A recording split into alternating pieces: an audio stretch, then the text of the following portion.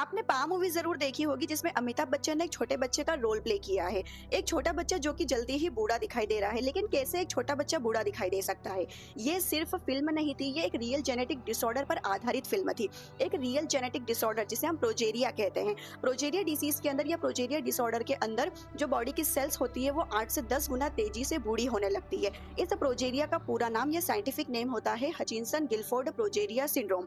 लेकिन ये सिंड्रोम होता कैसे है? इसके लिए रिस्पॉन्सिबल होता है एक जीन।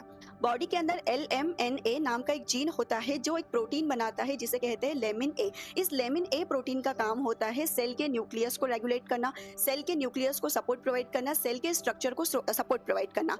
लेकिन जब यही LMNA जीन म्यूटेट हो जाता है, म्यूटेशन के कारण ये एक अलग टाइप का प्रोटीन बनाने लगता है, एक खराब प्रोटीन बनाता है जिसे प्रोजेरिन कहते हैं। ये प्रोजेरिन स्टेबल नहीं रह पाता है, सेल के सपोर्ट को मेंटेन नहीं कर पाता है और सेल्स जल्दी जल्दी बूढ़ी होने लग जाती है, जिसके कारण से उस व्यक्ति के अंदर जब वो कम एज का होता है फिर भी काफी ज्यादा उसकी एजिंग दिखाई देती है। प्रोजेरिया वाले बच्चे के अंदर हमें कई सारे सिम्टम्स दिखाई दे सकते हैं, जैसे कि जनरली इनमें हार्ट डिजीजेस भी देखने के लिए मिलती है।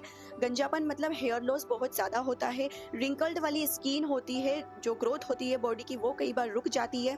नसें इनकी उभरी हुई सी दिखाई दे सकती है जोड़ों में, यानी कि जॉइंट्स में पेन हो सकता है, जॉइंट्स स्टिफ दिखाई दे सकते हैं, स्टिफ हो सकते हैं। बहुत सारे और भी कई सिम्टम्स प्रोजेरिया वाले बच्चे के अंदर हमें दिखाई देते हैं। मेंटली ये बिल्कुल फिट होते हैं, ये इनके अंदर कोई भी मेंटल डिसऑर्डर नहीं होता है। लेकिन अनफॉर्चुनेटली जो बच्चे होते हैं, प्रोजेरिया से ग्रसित जो बच्चे होते हैं, वो केवल और केवल 13 से 20 साल तक की लाइफ ही जी पाते हैं। इसके बाद इनकी हार्ट डिजीजेस के कारण डेथ हो जाती है, क्योंकि जो ब्लड वेसल्स होती है वो बहुत जल्दी मैच्योर हो जाती है, बहुत जल्दी बूढ़ी हो जाती है, जिसके कारण से इन्हें हार्ट डिजीजेस होती है, हार्ट स्ट्रोक हो सकता है और जिसके कारण इनकी डेथ होती है। एक बहुत ही फेमस USA का केस है सैम बर्न्स का, जो केवल और केवल 17 साल जिए थे। इन्होंने इंस्पिरेशनल TED टॉक किया था, my philosophy for a happy life.